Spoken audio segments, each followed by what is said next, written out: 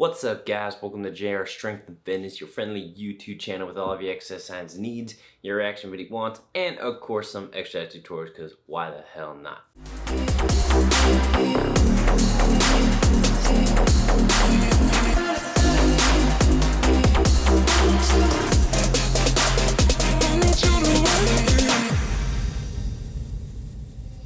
You can say hello, but I don't need you to like.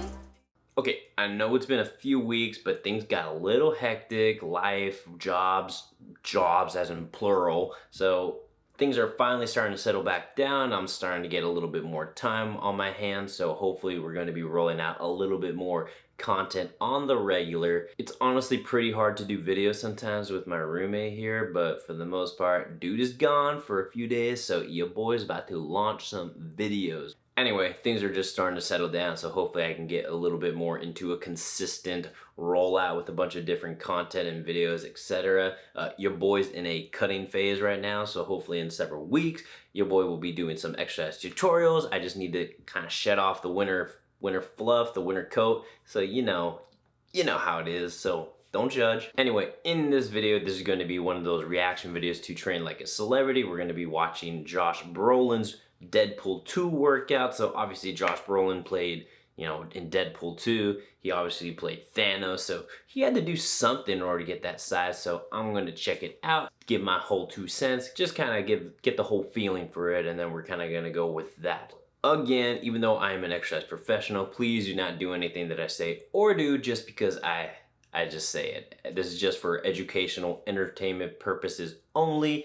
But of course, you're already here, so hit the like button, subscribe button, let your friends know about me. Alright guys, let's get it. What Josh was doing was training 3 hours a day. He took it super serious, shaping that muscle, making it eye candy for the big screen TV. Yo. Rings cable.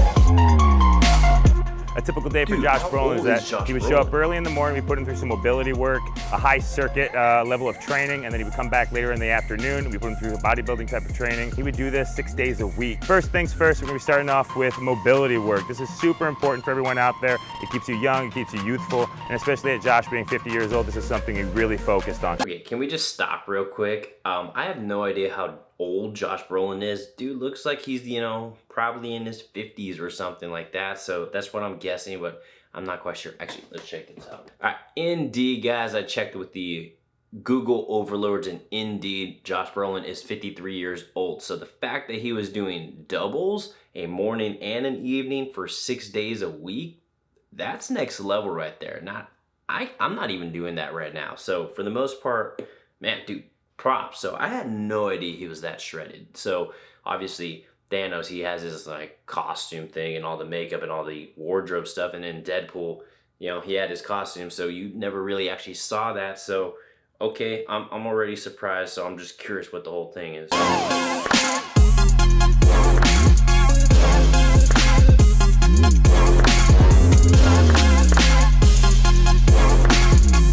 For me, a side lateral shuffle is very important, great for the knees. So after the side shuffle, we're gonna do a high skip jump, exploding off of one leg. Next mobility movement is a back pedal followed by an explosive sprint just right off the bat, and then you slow up, pull up a little bit. Again, this is great for those knees. Next mobility movement is a foot speed drill. It's pretty much just a shuffle.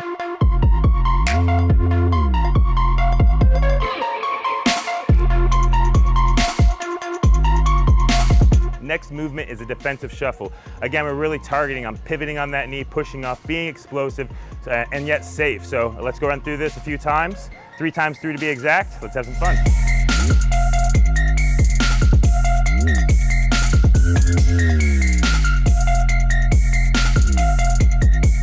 Next is a walking lunge. We're really focusing on striving through, landing on that heel, driving through that glute, powering through and landing quite evenly. A lot of people tend to be on the toes, on the tips of their feet. You don't want to be there. Drive evenly, be on the flat foot, drive up, drive to that hammy glute hamstring. Okay, so for the most part, I was just letting it kind of roll out because I was letting it roll. I was actually interested. So for the most part, these are all just a bunch of dynamic warm-up drills for the most part, if they're even classifying it as a warm-up, but for the most part, it's just movement prep for the most part.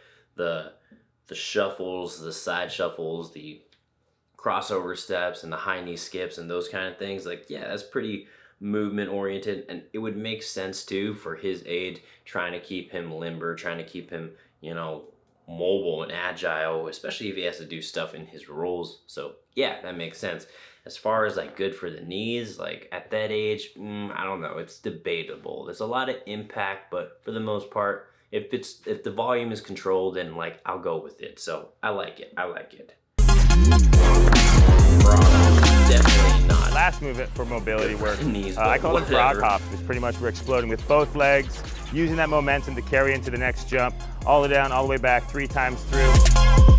Now we're gonna go on to this really great circuit. We're gonna start off with 20 hammer curls, followed by 20 push-ups, followed by 120-yard sled push, there, back twice, followed by 60 rope battle hits simultaneously. We're gonna run through this 5 times, as fast as you can with little to no breaks as possible. Really push ourselves, work on that muscle endurance. It's time for pain.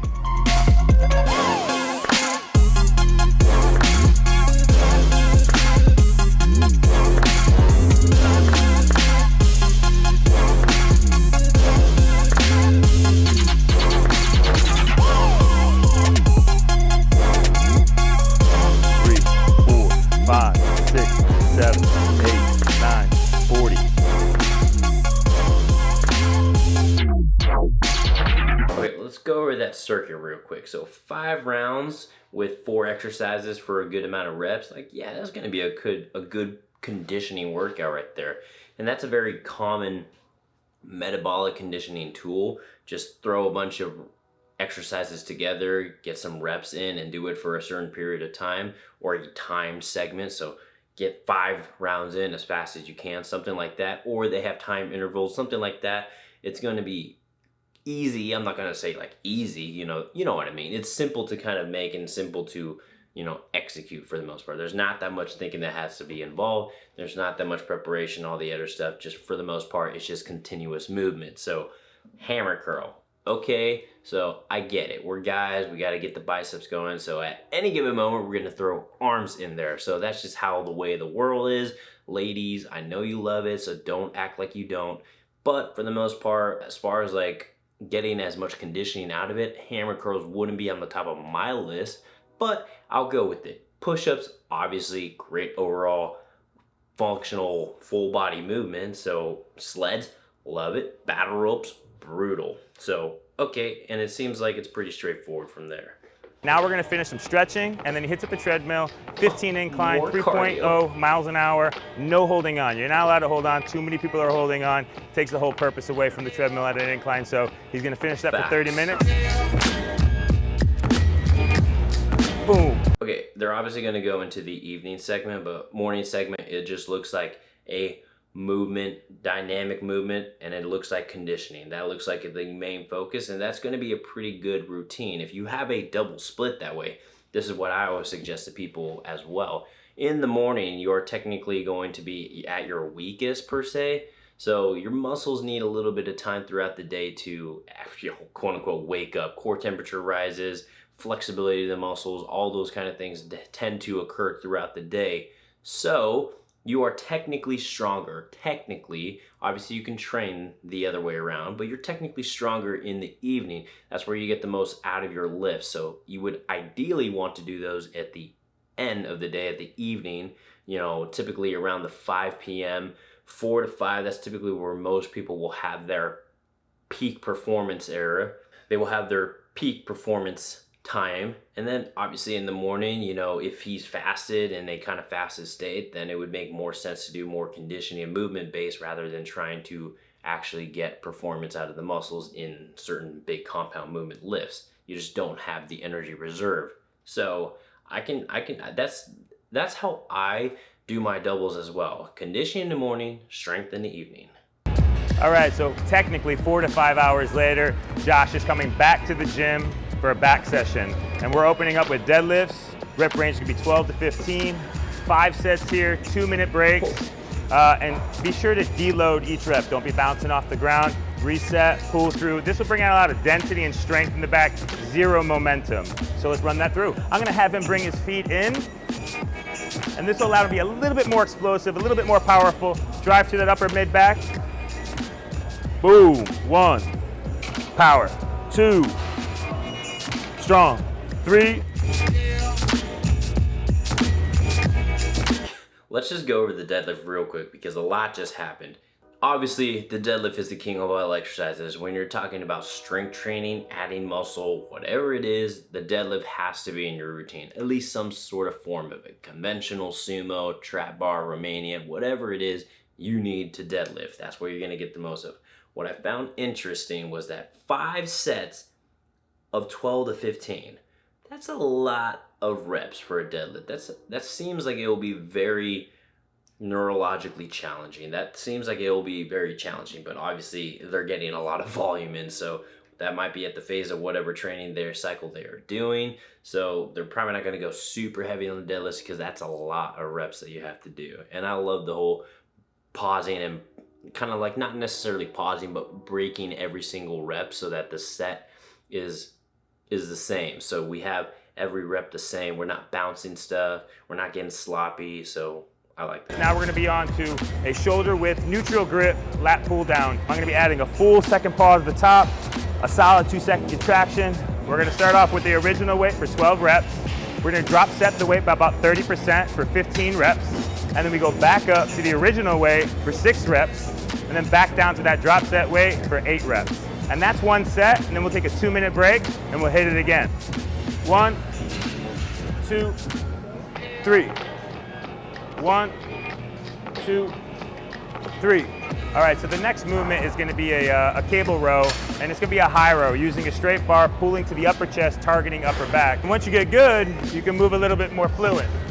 1, 2, 3. My biggest thing is trying to really help people connect to the muscle, that muscle-mind connection. And the best way to do it is really slow down that tempo, add these pauses and these 2-second contractions. It really takes away any of that type of momentum that most people are doing in the gym. Okay, so yeah, controlled reps is always going to be better, especially if you're trying to build muscle and get stronger. Like obviously there are times in which you want to do things fast and do things continuous, but for the most part, when it comes to these exercises specifically that they're talking about with the rows, yeah, you're gonna wanna have that, you know, isometric, that controlled eccentric, and then of course a purposeful concentric aspect of it. So that's how I'll put it. So obviously, this is just obvious. This is just straightforward. There's a lot of volume going on here. So they are trying to get a lot of volume. So they're probably trying to stack on a good amount of muscle mass right now. That's what it looks like to me from the outside. So for the most part, that gives me an idea. 2, perfect. 3. Again, keep the elbows a little pitched forward, pull down just the chin. Second at the top, 2-second squeeze at the bottom.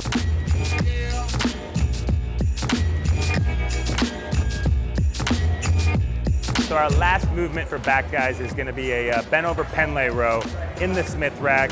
I like doing it in the Smith rack. It allows us to keep full control. With this, guys, we are totally deloading the weight and then driving through. And when we deload the weight, we're really going to have to really tap into that muscle, power through. This creates a lot of density, a lot of strength, and again, it removes zero momentum, which is what we're all about here. Overall, all the exercises for the back were pretty solid. Those are pretty much all the go-to back exercises. Obviously, we can throw a bunch of other reverse flies and rows and face pulls and those kind of things in there, but they got the big stuff out of the way. The deadlifts, the Pendlay rows, the lat pull downs, etc. So for the most part, if you're trying to get volume in for the back, yeah, that's gonna get the job done. And then of course, I'm okay with adding drop sets. I'll add drop sets to a bunch of kind of accessory lists for the most part. After we get our major compound movements in, I tend to throw those with our accessories just to kind of push the threshold for that volume that we are seeking. So obviously that makes perfect sense, specifically because they are trying to get a lot of volume in. So at whatever phase his training is right now, they definitely have a high volume focus. So again, recap, when we look at the workout, morning, a lot of movement, a lot of conditioning, and that's the focus. And then in the evening, that's the strength focus. And you typically want to separate with like several hours. I tend to suggest to people having like about 5 to 8 hours in between those kind of divided workouts. So early morning and somewhat mid-afternoon, late evening. That's probably the best thing. So you get plenty of food in, you get plenty of recovery in, and you can do your double. So it's doable to do doubles like that, but you got to be smart. You can't just like go ham in the morning, go ham in the evening, and expect to have consistent results. That's just not how the body is not going to have it. I'm sorry, it's not going to happen. Overall, I'm not going to lie, I was super surprised. I had no idea Josh Brolin was that huge. More respect to my man. So, alright guys, that was a little quick wrap up of Josh Brolin's Deadpool 2 workout. For the most part, I loved it. And actually, I tend to do that a lot for myself when I do that kind of doubles.